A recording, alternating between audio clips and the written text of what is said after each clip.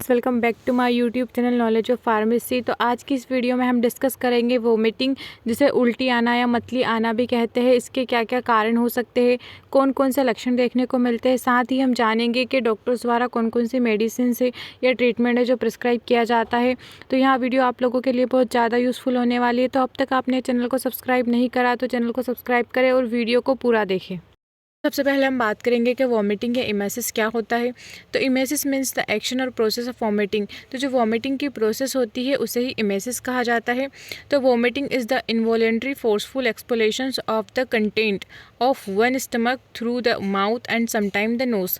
तो वॉमिटिंग की कंडीशन में क्या होता है कि जो भी आप खाते हैं, जो पेट में जो सामग्री होती है वो अनैच्छिक रूप से या बलपूर्वक उसका निष्कासन होता है, मुंह के द्वारा या कभी कभी जो होता है नाक के द्वारा भी उसका निष्कासन होता है, तो उसे ही वॉमिटिंग कहा जाता है।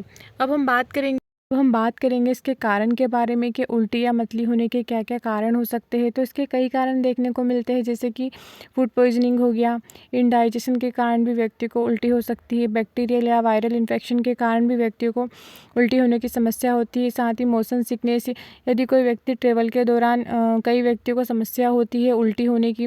प्रेगनेंसी के दौरान महिलाओं को उल्टियाँ होने की प्रॉब्लम होती है। एसिडिटी या गैस ट्रबल भी एक कारण होता है। हैंगओवर के कारण भी व्यक्ति को उल्टी हो सकती है, या कैंसर की कीमोथेरेपी भी एक कारण होता है। सीवियर कफ या डायरिया के कारण भी आपको यह समस्या देखने को मिलती है। बात करेंगे इसके लक्षण या सिम्टम्स के बारे में कि जब व्यक्ति को वॉमिटिंग होती है तो कौन कौन से लक्षण आपको देखने को मिलते हैं। तो सबसे पहला आता है वर्टिगो। तो वॉमिटिंग के दौरान कुछ व्यक्ति को जो होते हैं चक्कर आना या एक्सेसिव स्वेटिंग, यहाँ भी एक कारण होता है। नोज़िया, उल्टी जैसा लगना, डिजीनेस, कुछ व्यक्ति को जो होता है फीवर तक आ जाता है। एब्डोमिनल पेन होता है, ड्राई माउथ, डायरिया या जो पल्स होती है वो फास्ट हो जाती है, रैपिड पल्स, यहाँ भी एक कारण होते हैं। अब हम बात करेंगे इसके ट्रीटमेंट के बारे में। तो नोज़िया और वॉमिटिंग के कारण अलग अलग होते हैं, इसलिए दवाइयाँ भी अलग अलग दी जाती है। तो इन दवाइयों को जो होता है अलग अलग ग्रुप में बांटा गया है, जैसे कि प्रोकाइनेटिक्स ड्रग हो गई, 5-HT3 एंटागोनिस्ट ग्रुप की medicine, H1 antihistaminics drug, anticholinergic drug या न्यूरोलेप्टिक ड्रग्स, जिसे हम D2 ब्लॉकर्स भी कहते हैं। अब हम बात करेंगे प्रोकाइनेटिक्स ड्रग के एग्जाम्पल के बारे में, जो कि है डोम्पेरिडोन, मेटाक्लोरप्रोमाइड, सीसाप्राइड और मोसाप्राइड। जिसमें जो डोम्पेरिडोन होती है, जिसे आप भली भांति जानते हैं, डोम्पेरिडोन की जो टैबलेट और जो सिरप होती है आपको डोमटीटी के नाम से आसानी से अवेलेबल हो जाती है।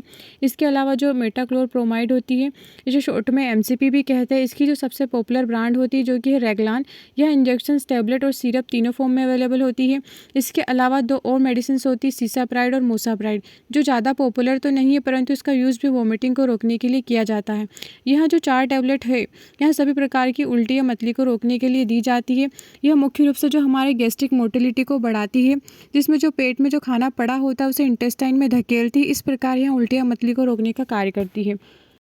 तो जो ग्रुप आता है वहाँ है 5-HT3 एंटागोनिस्ट। इसके जो एग्जांपल है वहाँ है ऑर्नसेटोन एंड ग्रेनिसेटोन। इसमें जो ऑर्नसेटोन टैबलेट होती है इसे आप ऑनजोफर MD या एमसेट MD टैबलेट के नाम से भी जानते हैं। यहाँ जो टैबलेट होती है इंजेक्शंस और टैबलेट दोनों फॉर्म में अवेलेबल होती है। इसके अलावा जो ग्रेनिसेटोन टैबलेट होती है वह सिरप फॉर्म में भी अवेलेबल होती है। यह नॉर्मल वॉमिटिंग को तो रोकता ही है, साथ ही जो कैंसर की कीमोथेरेपी या रेडिएशन के कारण भी जो वॉमिटिंग होती है उसमें भी इन मेडिसिन का यूज़ किया जाता है। नेक्स्ट ग्रुप है H1 एंटीस्टामिनिक ड्रग्स। इसके एग्जांपल है प्रोमेथाजिन, डाइफेनहाइड्रामाइन, डोक्सिलामाइन, सक्सिनेट, साइक्लाजिन एंड सिनार्जिन। इसमें जो 3rd नंबर की टैबलेट है इसका यूज़ तो वोमिटिंग को रोकने के लिए ही किया जाता है, परंतु कुछ जगहों पर इन मेडिसिन का यूज़ भी किया जाता है, जैसे कि motion sickness and morning sickness. जब व्यक्ति को यात्रा के दौरान उल्टी होती है या सुबह उठने पर उल्टी होती है, तब H1 एंटीस्टामिनिक्स ग्रुप की जो मेडिसिन होती है उनका यूज़ किया जाता है। इसमें जो सबसे पहली मेडिसिन है प्रोमेथाजिन एंड जो दूसरी मेडिसिन है डाइफेनहाइड्रामाइन। यह जो 2 दवाई मुख्य रूप से मोशन सिकनेस में यूज़ में लाई जाती है, जिसे देने से 4 से 6 घंटे तक व्यक्ति को यात्रा के दौरान उल्टी नहीं होती है और इसको लेने से थोड़ा सेडेशन हो सकता है। इसमें जो 3rd नंबर की टैबलेट है डोक्सिलामाइन सक्सिनेट, इसे तो आप भली भांति जानते हैं, यहाँ प्रेगनेंसी में दी जाने वाली सबसे सेफ़ मेडिसिन होती है। जब प्रेगनेंसी के दौरान महिलाओं को वोमिटिंग होती है तो उसमें से सेफ़ माना जाता है। 4th नंबर की टैबलेट है साइक्लाजिन। जो मेडिसिन है इसका यूज़ सी सिकनेस में किया जाता है। जब व्यक्ति जो होते हैं समुद्र में यात्रा करते हैं या बोट में बैठते हैं या कोई बड़े जहाज़ में बैठते हैं तो व्यक्ति को उल्टी या मतली होती है, उस समय साइक्लाजिन टैबलेट का यूज़ किया जाता है।